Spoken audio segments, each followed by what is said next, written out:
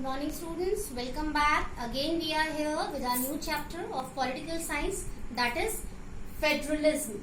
Students, the different subtopics which we are going to cover today are meaning of democracy. Under this subtopic students, we will discuss the meaning of democracy.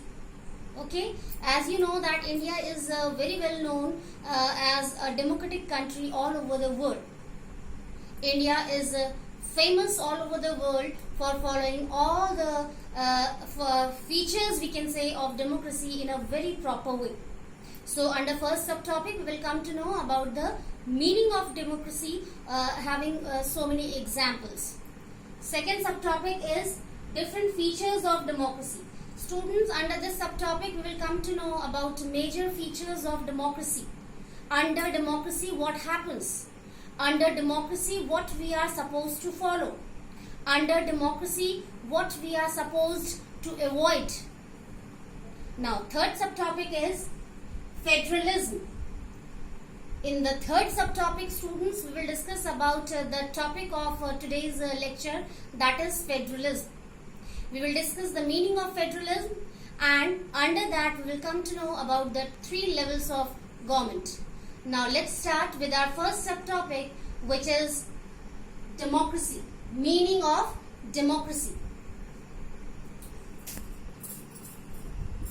Students, earlier also we have discussed for many times about democracy. Under democracy, what happens? What is the significant role of democracy in any country? We have discussed for many times. Now today also again we have democracy to understand.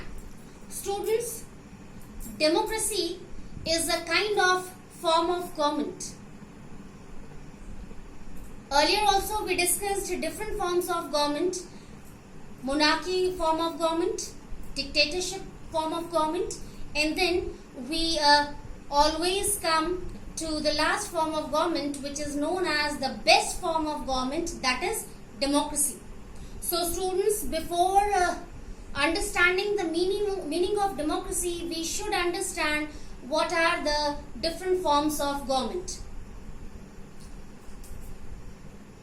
So here we can understand the meaning of democracy with the help of different forms of government. Forms of government. First, monarchy. Students, I think many students, they have understood what kind of government monarchy can be. Really, many students are correct also. Under monarchy form of government, students, the whole power lies in the hand of king or queen. The whole rules and regulations can be framed by the head of the country, means king or queen. So, if a queen or a king is the head of the country, so students, you can come to know easily that what kind of government will be there. What kind of rules and regulations will be there. Obviously, the people who are supporters of these kings or queens, who always give their full favor to these kings or queens, so might be they will listen to them first. They will make rules and regulations for their own sake as well as for their supporters. Common people will come secondary. So we can write here kings, queens can be the rulers. Now second is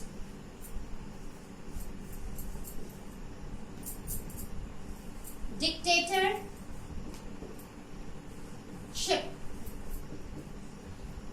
Second form of government is dictatorship form of government.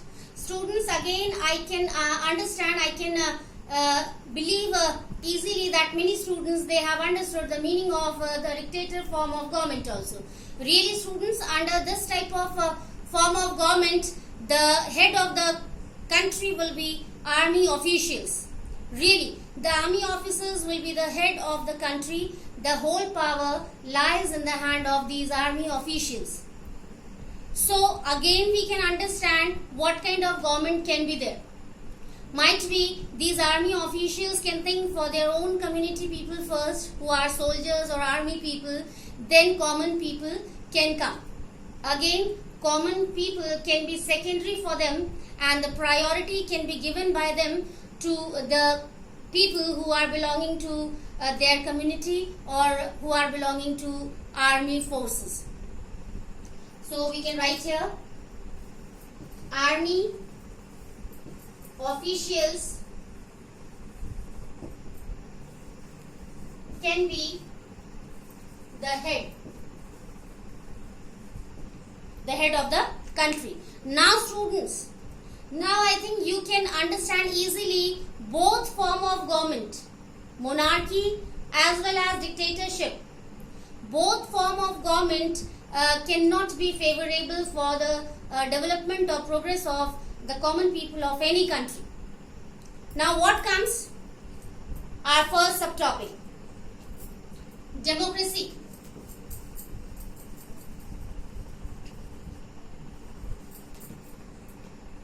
Now students, we are coming to the best form of government, that is democracy. So what happens students under democracy? To understand that why do we call democracy the best form of government, we should understand the most important features of democracy. The most important feature of democracy is the whole power lies in the hand of common people. Common people choose common people from the society to work for the welfare and goodness of the common people only. Now see the definition beta. To the people, by the people, for the people. Okay, so this beautiful definition was given by the President of America, Abraham Lincoln. We can understand with the help of this definition of democracy, the meaning of democracy: of the people, by the people, for the people. It means democracy is the government of all the common people, where common people can be chosen by common people only for working for the welfare and goodness of common people. Now see what a beautiful definition it is, as well as easier. Democracy means the form of government of the people, for the people, by the people. Okay, so it's very beautiful definition. It means, again I want to repeat for you students so that you can understand easily. Common people choose common people from the society, and these common people, after becoming representative, after becoming the part of government, start working for the welfare and goodness of the common people. So only these words you have to keep in your mind to define democracy in a perfect way. Democracy means a kind of government of the people, by the people, for the people. So students, this is a very easy and simple definition of democracy. So what happens under democracy? The whole power lies in the hand of common people only, and common people get chance to work for common people, where they always work for the progress and development of these common citizens.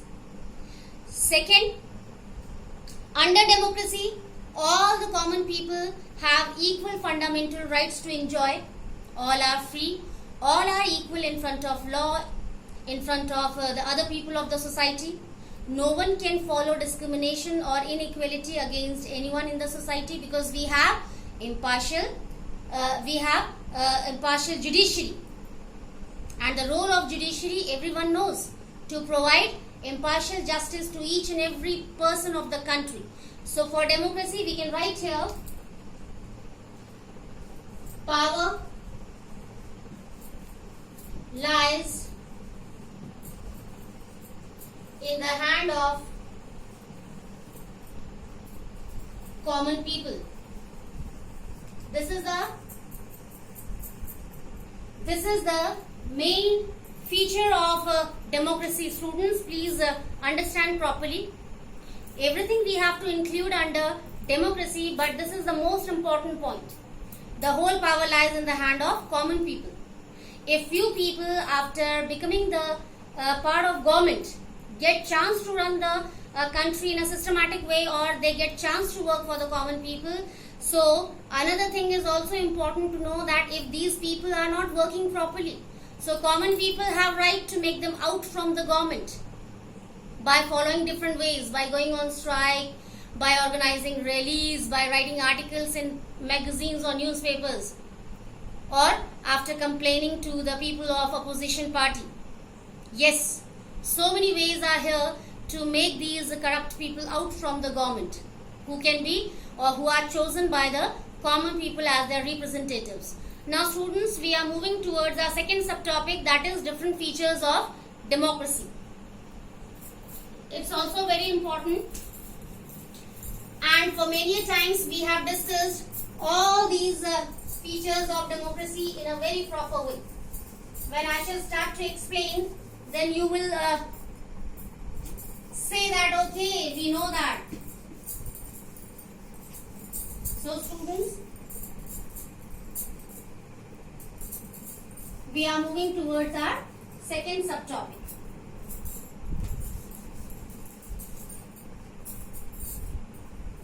Different features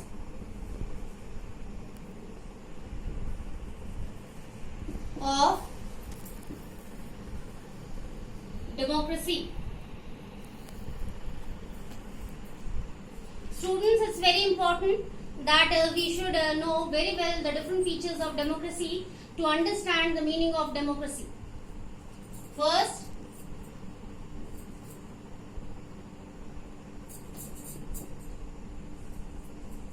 government of common people. Students, just before a few seconds we discussed all these things here. Under democracy, what happens? The government can be of common people. Really, common people choose common people from the society, and again these common people, after becoming the part of government in the form of representatives, start working for the welfare and goodness of common people. Now see, everything is moving around the common people only under democracy. So the first point can be government of common people. It means democratic form of government is a government of common people. Second, constitution. Really students, this is again a major feature of democracy. In any democratic country, first you will see that that country has its own constitution. Really, and you know very well what is constitution. Set of rules and regulations for the people of the country, who are common citizens, as well as the people who are running the country. So that is constitution, set of rules and regulations. So each and every democratic country can have its own constitution. Now third, fundamental rights. Students, listen carefully beta, try to understand properly. Fundamental rights. Under democracy, you can find, you can observe that all the common people have their fundamental rights, as we have the major 6 fundamental rights. And with the help of these 6 fundamental rights, we become able to lead a very meaningful, successful and dignified life. We have right to equality, we have right to freedom, we have right to religion, we have right to education, we have right to raise the voice against exploitation, and we have a right to constitutional remedies. What happens under that? If our rights are going to be violated by anyone, we can go to court, we can file the case there, and finally we can get the impartial justice. Next is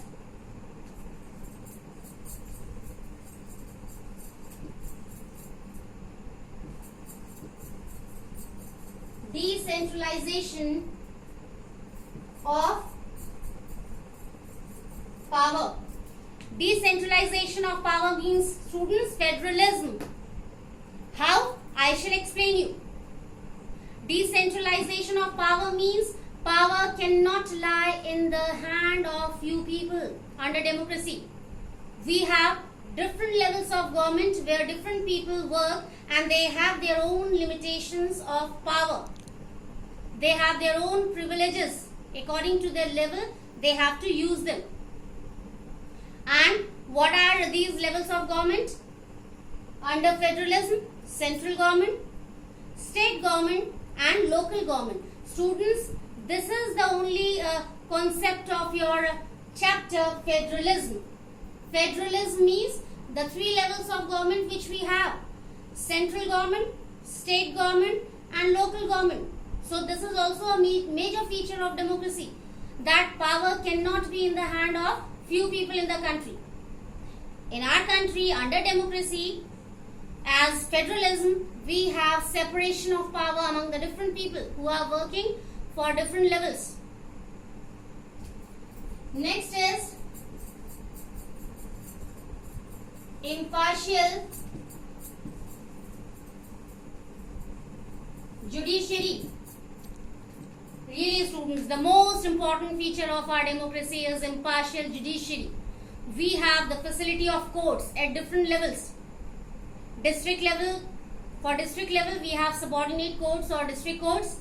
At state level we have high courts, and the uppermost court of our country is Supreme Court. So beta, this facility is going to be provided to us by the constitution of our country, and we have impartial judiciary. It means whatever courts we have at different levels, the main purpose of these courts is only one. What is that? To provide impartial justice to each and every person of the country, whether that person is poor or rich. Each and every person has the right to get impartial justice with the help of these courts.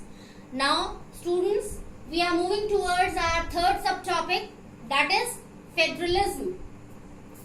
Be careful, students, be attentive. This is the most important subtopic for today's session. So please be careful, be attentive so that you can understand the meaning of federalism nicely, easily, so that you can be able to define federalism properly. So please be attentive. Federalism. Students, as the feature of democracy, already I explained you the meaning of federalism. Federalism means decentralization of power in different levels. So we have three different levels of government where different people work as the representatives of the country in the form of government, and they have their own limitations, they have their own powers, they have their own facilities or privileges which they have to use in a very systematic way. So how can you define federalism? Federalism means the different levels of government to run the whole country in a systematic way. So we can write here, federalism means the different levels of government to run the country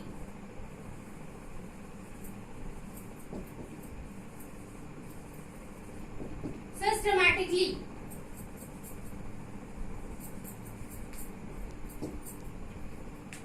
So students, this is the definition of your federalism. Federalism means the different levels of government to run the country systematically. And I have already told you the three different levels of the government are. So we can write here federalism, then first is central government. Students, under federalism, the first level of government is central government. Under this level of government, what happens? We have a central government, and the responsibility of our central government is to take care of the whole country properly by framing different rules and regulations for them, by launching different schemes for them, by maintaining peaceful atmosphere for the whole citizens of the country. So this is central government, which has the responsibility to take care of each and every person of the country. Second, state government. Students, now the second level of federalism means the level of government is state government. Under this level of government, each and every state has its own government, own limitations, own power, own privileges to run that individual state in a systematic way or in a very proper way. Now third is local government. Students, in your junior class, you came to know about local government. Again, I shall make you understand what is local government. Students, earlier we had only two levels of government, central and state. But what happened, many states were there like Maharashtra, Rajasthan, Uttar Pradesh, which were very vast, and it was too difficult for these states to run the whole state in a very systematic way. So what happened, central government and state governments consulted together and then found a very good idea, and that idea was another level of government to reduce the burden of state government, and that was local government. Under local government, students, we have two parts: panchayat, which takes care of the villages or rural areas for sorting out the problems of the villagers or local people who live there, and in towns and cities we have municipal corporation. Municipal corporation has the responsibility to take care of the people who live in cities and towns. So this is federalism, the separation of power in different levels: central, state and local. So students, in today's session we discussed about the meaning of democracy with the help of different forms of government. Then we came to know about the different features of democracy, and at last we came to know about the meaning of federalism, where we came to know about the different levels of government: central, state and local government. So that's all for today's session. Students, we will meet again in our next session, where we will come together with the same chapter, federalism, but with new subtopics. Till then, take care. Have a nice day.